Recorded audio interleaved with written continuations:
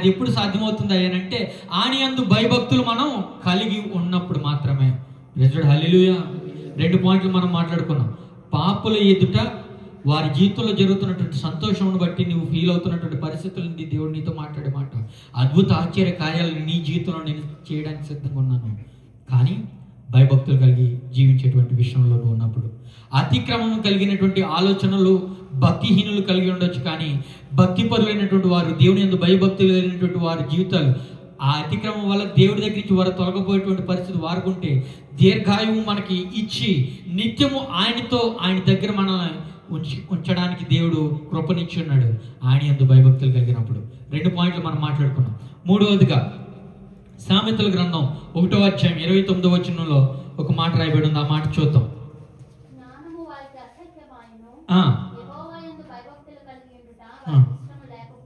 Praise lord హల్లెలూయా.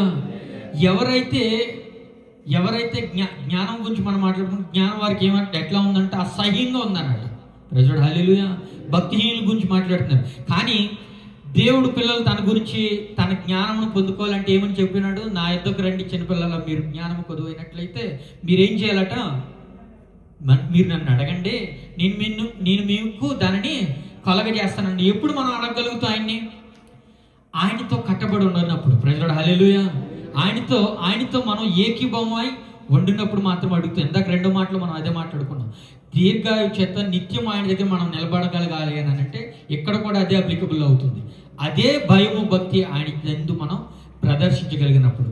ఇది ఒక మాట గుర్తు చేయాలనుకుంటున్నాను. చాలాసార్లు మనుషులకి మెప్పి చేయించుకునేటువంటి విషయంలో ఒక వ్యక్తి చేత మనం ఘనం పొందాలనో లేకపోతే ఆ వ్యక్తి జీవితంలో, ఆ వ్యక్తి హృదయంలో ఒక స్థావరాన్ని సంపాదించడానో మనుషుల ఎదుట చాలాసార్లు ఇది జరుగుతూ ఉంటుంది. కానీ దేవుడి ఎదుట అది ఛాన్స్ లేదు. ఎందుకు? హృదయాంతరంలో నెరిగినటువంటి వాడు. ప్రైజ్ లార్డ్ హల్లెలూయా. అందుగురించే ఒక మాట రాయబడి ఉంది. ఆ మాట ఒకసారి మనం చూద్దాం. ఇర్మీయులకు రాసినటువంటి పత్రిక 2వ అధ్యాయం 19వ వచనం. ఇర్మియా గ్రంథం 2వ అధ్యాయం 19వ వచనం.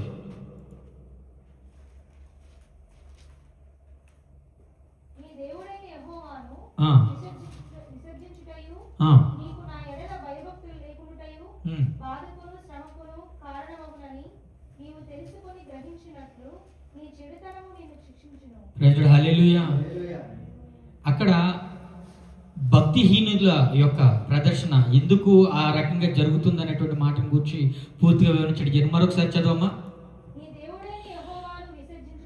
నీ దేవుడైనటువంటి యెహోవాను విసర్జించుటయు, నీకు నా ఎడల భయమును భక్తిను లేకుండా ఉండుటను, బాధకును నీకు కలుగుతున్నటువంటి ఆ యొక్క బాధకును శ్రమకును అదే కారణం అగునని నీవు అది తెలుసుకుని గ్రహించినట్లు. ప్రైజ్ లార్డ్ హల్లెలూయా. నీ చెడుతనము నిన్ను శిక్షించును.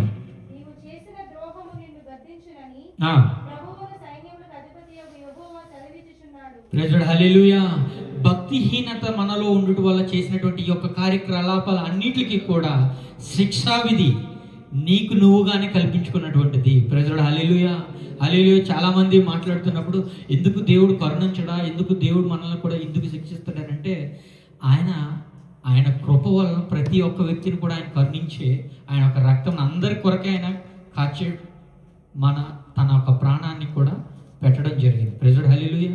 కానీ ఈ శిక్షావిధికి గల కారణం ఎవరయ్యానంటే ఆయన యందు భయభక్తి లేకపోవటైనో, తద్వారా నీవు చేసినటువంటి ప్రతి ఒక్క కార్యకలాపాలకు శిక్షా విధి నీ అంతటి నీవే నీ మీదకి రప్పించుకోవడానికి నీవు మాత్రమే కారణం అనేటువంటి మాట అక్కడ తెలియచేయడం జరుగుతూ ఉంది. Praise lord hallelujah. హల్లెలూయా. కీర్తనలు 86వ కీర్తన 11వ వచనంలో మరొక మాట రాయబడి ఉంది. అక్కడ చూద్దాం. 86వ కీర్తన 11వ వచనం. నేను నీ సత్యమును అనుసరించి నడుచుకున్నట్లు నీ మార్గమును నాకు బోధింపుము. ప్రైజ్ లార్డ్ హల్లెలూయా. ఆయన యొక్క సత్యమును మనం అనుసరించి మనం నడుచుకునేటట్లు ఆయన యొక్క మార్గమును మనకి బోధించినట్లయితే ఈ యొక్క శిక్షా విధి నుంచి మనం తప్పించుకునేటువంటి గొప్ప ధన్యత దేవుడు మనకి ఇచ్చినట్లే. Praise lord hallelujah. హల్లెలూయా. ఎప్పుడు ఆయన యొక్క సత్య మార్గాలు మనం గుర్తెరుగుతామైతే మొదట్లో మనం మాట్లాడుకున్నాం, పిల్లలారా మీరు నా దగ్గరికి రండి, ఆ భయభక్తులను నేను మీకు నేర్పిస్తాను, రైట్? ఆ మాట చెప్పినటువంటి దేవుడి దగ్గరికి ఆ సత్య వాక్యమును మనం వినేటువంటి విషయంలో ఎంత జాగ్రత్త మనం వహిస్తున్నామో, దానిని విన్నటువంటి ఆ ఒక వాక్యాన్ని మన జీవితంలో అవలంబించుకునేటువంటి విషయంలో ఎంత జాగ్రత్త మనం వహిస్తున్నాం అనేటువంటి దాని మీద ఆ శిక్షా విధికి మనం లోనవుతామా లేనటువంటి ఆ సందర్భం ఆధారపడి ఉంటుంది. ప్రైజ్ హల్లెలూయా, హల్లెలూయా. అర్థమవుతుందని నేను అనుకుంటాను. మనం మీద జరగబోతున్నటువంటి ఆ ప్రతి ఒక్క శిక్షా విధికి గల మెయిన్ కారణం ఎక్కడ పడుతుంది అంటే ఆయన యందు భయభక్తులు మనం కలిగి ఉండకపోవటం వలన. ప్రైజ్ హల్లెలూయా. ఎప్పుడైతే ఆ భయభక్తులు మనం కలిగి ఉంటామో ఆ సత్యవాక్యమును అనుసరించి నడుచుకునేటువంటి బిడ్డలుగా మనం ఉంటాము. ఆయన యొక్క కార్యక్రమాలకు విధేయులమై మనం నడుచుకుంటూ ఉంటాం. ప్రైజ్ హల్లెలూయా, హల్లెలూయా. ఇందాక మాట చెప్పారు, చాలామందికి వారి యొక్క కంటికి మనం వినసొప్పుగా లేకుంటే వారి యొక్క దృష్టిని మనం ఆకర్షించేటట్టుగా చాలామంది వ్యక్తులు మనం చూస్తూ ఉంటాం. ఎందుకు ఆ కార్యకలాపాలు వారు చేస్తారని అంటే ఆ యొక్క వ్యక్తి హృదయంలో ఒక స్థావరాన్ని సంపాదించడానికి, లేకుంటే ఆ వ్యక్తి చేత మెప్పు పొందాలనేటువంటి విషయంలో కానివ్వండి, ఘనత కోరుకుంటూ. ప్రైజ్ హల్లెలూయా. ఘనత ఎవరికి చెందాలి? దేవునికి చెందాలి. మరి ఏం చేస్తుంటున్నాం? మనుషుల యొక్క మెప్పు కొరకు చాలాసార్లు మనం ఆ కార్యకలాపాలు చేస్తుంటాం. రోమేలుకి రాసినటువంటి పత్రికలో ఒక మాట రాయబడి ఉంది, 3వ అధ్యాయం 18వ వచనం. 3వ అధ్యాయం 18వ వచనం.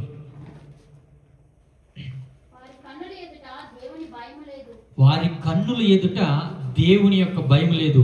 అలాంటి వ్యక్తులు వారు చేస్తున్నటువంటి కార్యకలాపాలు ఈ విధంగా ఉన్నాయి. అదే దానికి ఆపోజిట్గా చూసినట్లయితే కొలస్సీయులకు రాసినటువంటి పత్రిక 3వ అధ్యాయం 22వ వచనంలో ఇంకొక మాట రాయబడి ఉంటుంది. ఆ మాట చదువుదాం. కొలస్సీయులకు రాసినటువంటి పత్రిక 3వ అధ్యాయం.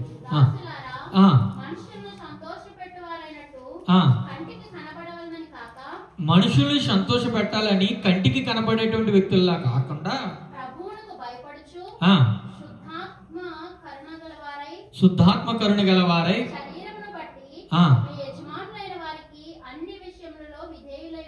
ప్రైజ్ లార్డ్, హల్లెలూయా, హల్లెలూయా.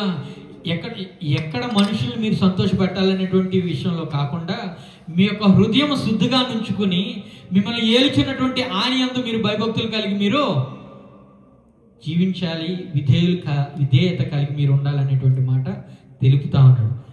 ఈ లోకానుసారమైనటువంటి మెప్పు కొరకు మనుషులు ఎదుట వారిని ఆకర్షించాలనే దృష్టితోటి నడుచుకుని వారందరినీ కూడా ఆయన ఏమంటా ఉన్నాడు? మొదట ఇందాక మన రోమేలు పత్రికలో వారు కను దృష్టికి వారు దేవుని యందు భయభక్తులు కలిగినటువంటి వారుగా వారు కనిపించట్లేదు అనేటువంటి మాట దేవుడు సెలవిస్తూ ఉంటున్నాడు.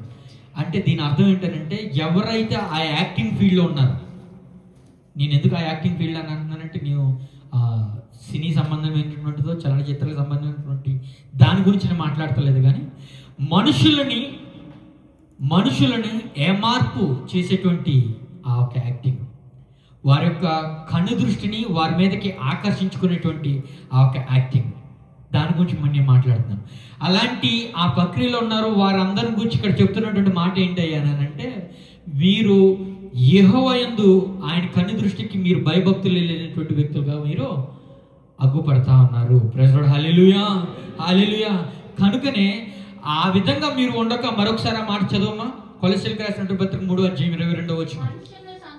మనుషులను సంతోషపెట్టు వారిలాగా కాకుండా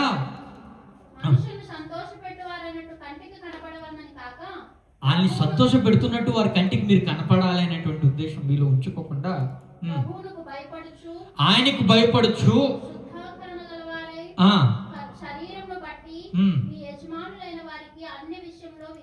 విధేయులై ఉండుడి. ప్రైజ్ లార్డ్, హల్లెలూయా, హల్లెలూయా. 5 విషయాలు మనం మాట్లాడుకున్నాం. ఆరోది ప్రసంగి గ్రంథం నుంచి 8వ అధ్యాయం 13వ వచనం. భక్తిహీనుల గురించి అక్కడ ఒక మాట రాయబడి ఉంది. ప్రసంగి గ్రంథం 8వ అధ్యాయం 13వ వచనం.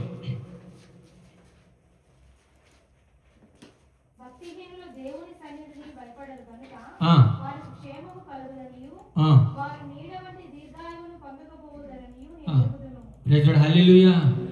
వారు నీడ వంటి దీర్ఘ ఆయువును వారు పొందకపోదురని నేను ఎరుగుతున్నాను. ఎవరి గురించి మాట్లాడుతున్నాడు? భక్తిహీనుల గురించి. అదే ఇంకొక దానికి ఆపోజిట్గా కీర్తన 103వ కీర్తనలో 11వ వచనం అలాగే 17వ వచనం.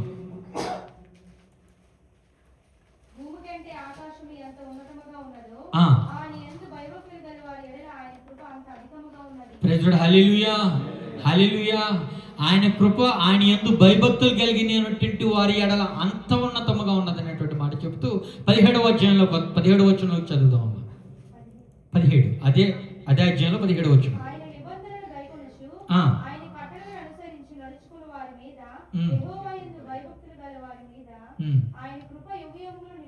Praise the lord. హల్లెలూయా, హల్లెలూయా.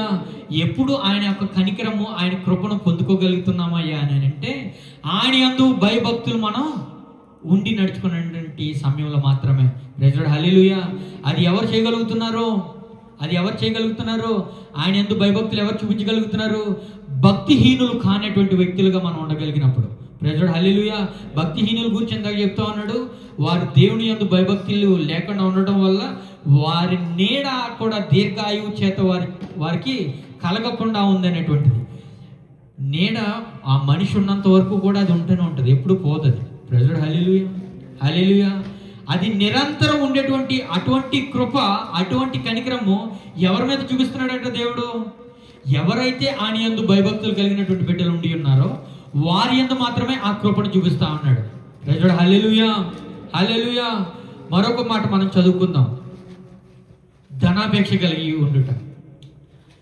ఇది 7వ మాట. ఎడిషనల్గా ఇంకొక మాట నేను యాడ్ చేయడం జరుగుతుంది. ఇప్పుడు ఆ ధనాపేక్ష కలిగినటువంటి వ్యక్తులు కూడా ఎవరైతే ఈ ధనాపేక్షను కలిగి ఉంటారని అంటే దేవుని యందు ఎవరైతే ఆ భయము ఆ భక్తి లేనటువంటి వ్యక్తులు ఉండి ఉన్నారో వారు ఈ లోక సంబంధమైనటువంటి విషయాల మీద దృష్టి ఉంచి ఆ యొక్క ధనాపేక్షను కలిగి ఆశ కలిగి ఉంటారు.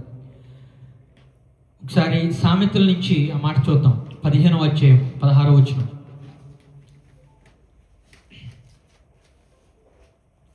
15వ అధ్యాయం 16వ వచనం.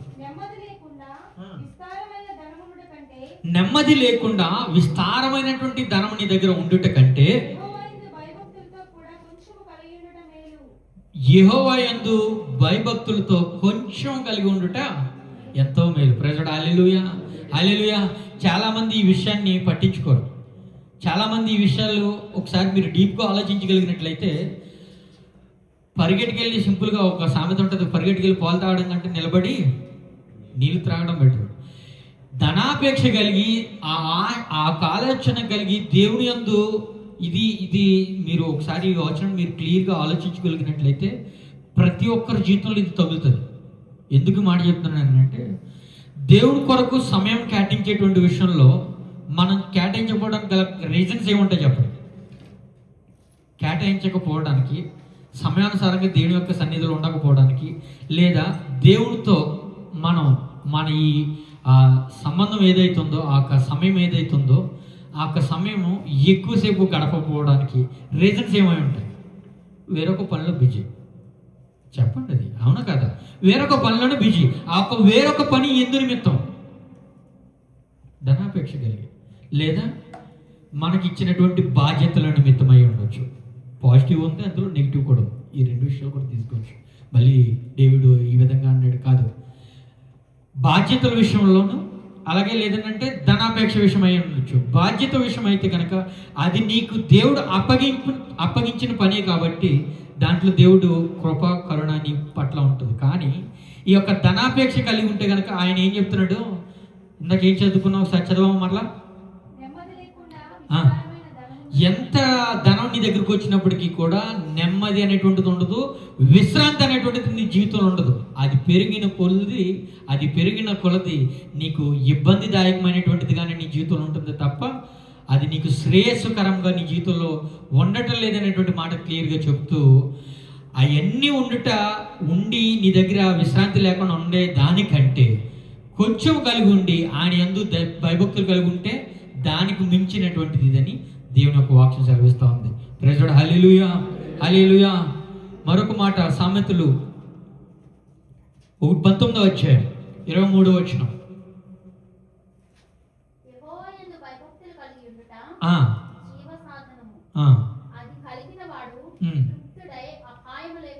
తృప్తి ఇక్కడ కలుగుతుంది. చూసారా తృప్తి ఎక్కడ కలుగుతుంది?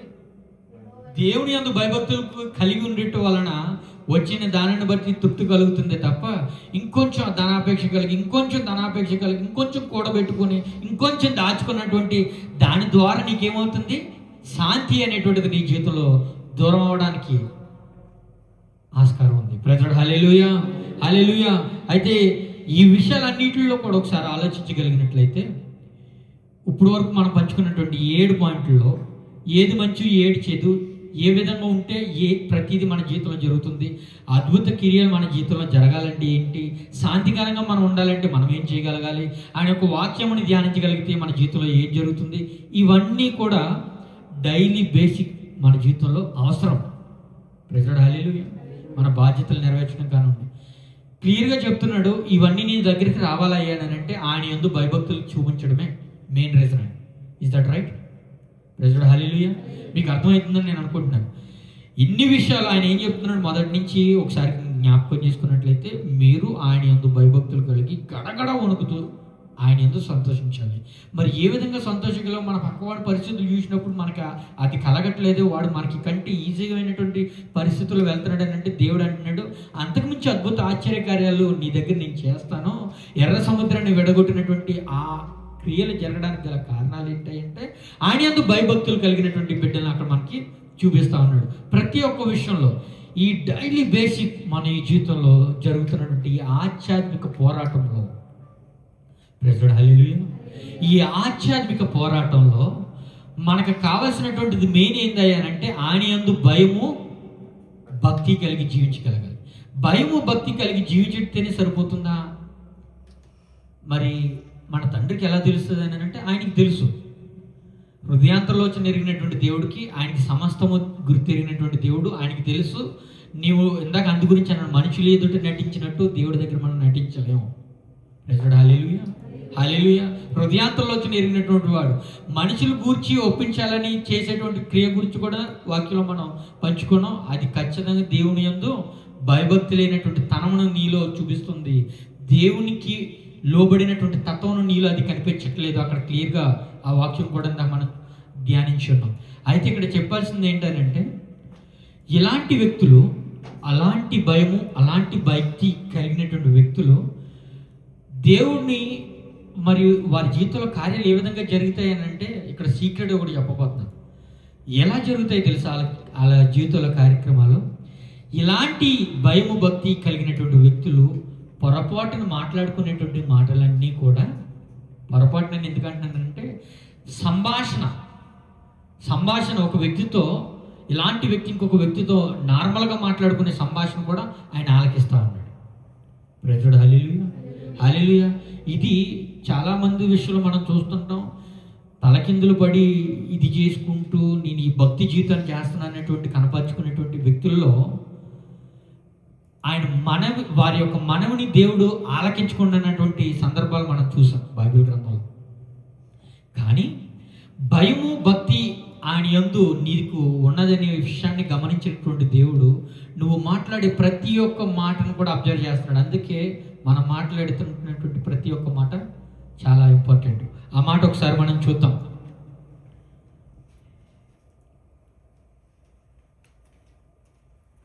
మలాకీ గ్రంథం 3వ అధ్యాయం 16వ వచనం.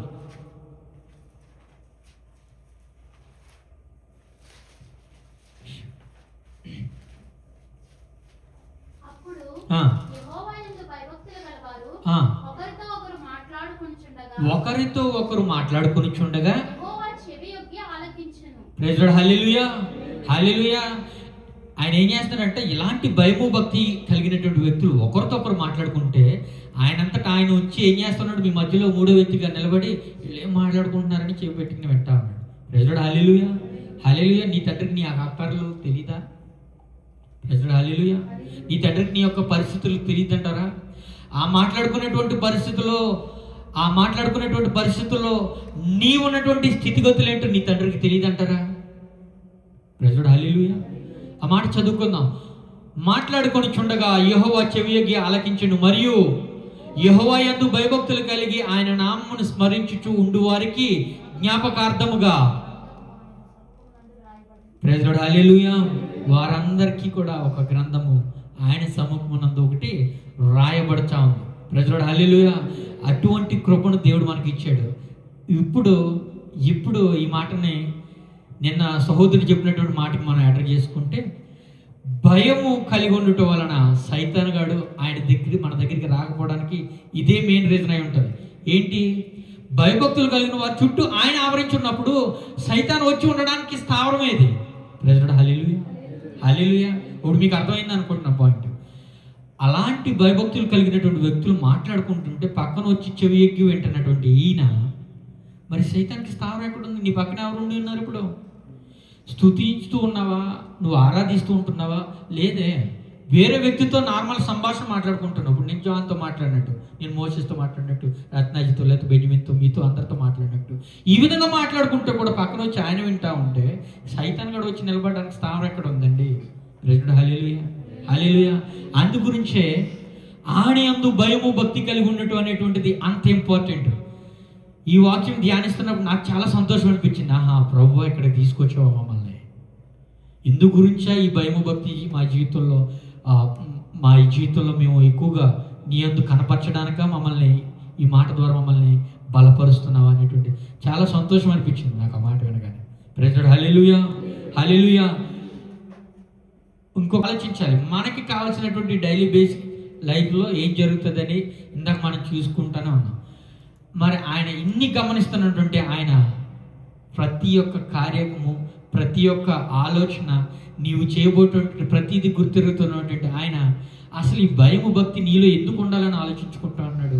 ఇవన్నీ లేకుండా కూడా నువ్వు నాలో చేయొచ్చు కదా ప్రభువా అని అంటే, ఆయన అంటున్నటువంటి మాట ఏంటో తెలుసా? నీకు మేలు చేయడం కొరకే ఆ భయము భక్తి నీలో ఉండటం అవసరం అని చెప్తా ఉన్నాడు. ప్రెసిడెంట్ హల్లెలూయా హల్లెలూయా. ఆ మాట మనం చూద్దాం. ఇర్మియా గ్రంథం 32వ అధ్యాయం 40వ వచనం. ఇర్మియా గ్రంథం 32వ అధ్యాయం 40వ వచనం.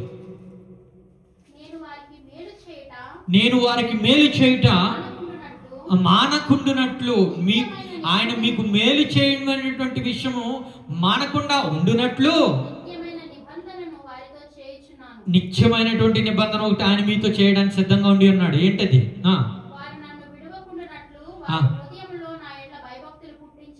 ప్రైజ్ లార్డ్ హల్లెలూయా.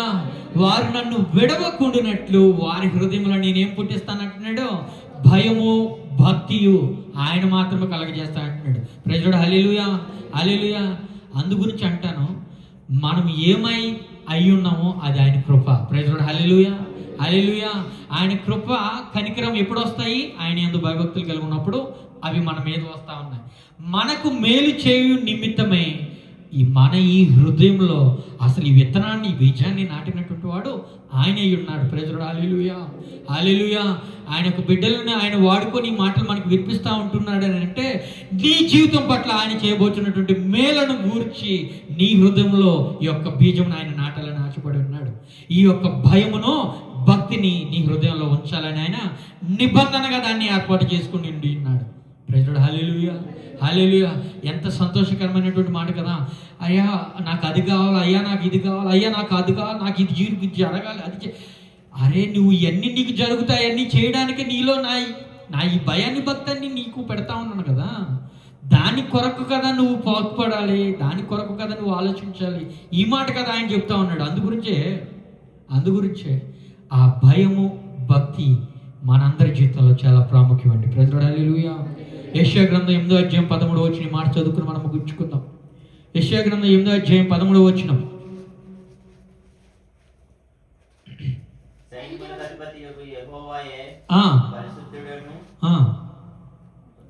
పరిశుద్ధుడనుకునుడి.